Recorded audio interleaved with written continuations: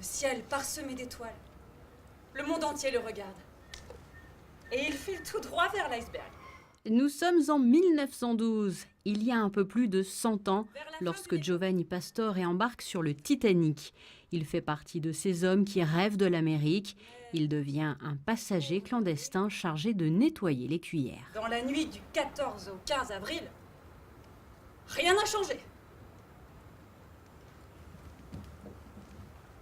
Moi, Giovanni Pastore, n'ai pas fini mon travail. Encore 9 cuillères.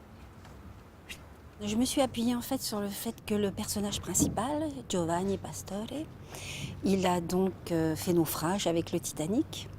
Mais la singularité de ce personnage, c'est qu'il remonte du fond de l'océan pour venir raconter cette histoire. Le Titanic coule, 1503 morts. Non, c'est mieux. Donc je suis partie de là.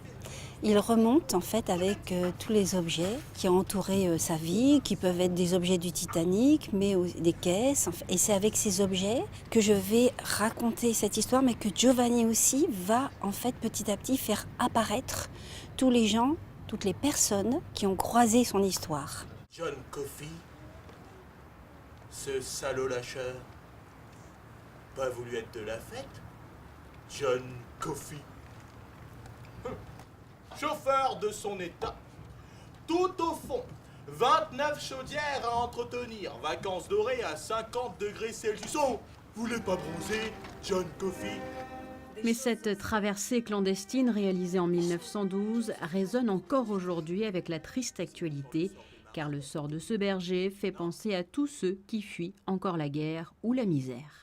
J'ai rencontré l'auteur Patrick Kerman en 1999, donc ça fait déjà 19 ans.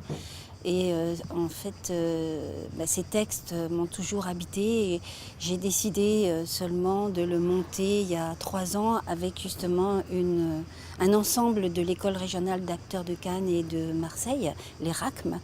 Mais on met toujours un peu de soi quand on crée des spectacles et il y a aujourd'hui beaucoup de clandestins qui viennent sur nos côtes en Méditerranée, mais ça existe depuis la nuit des temps.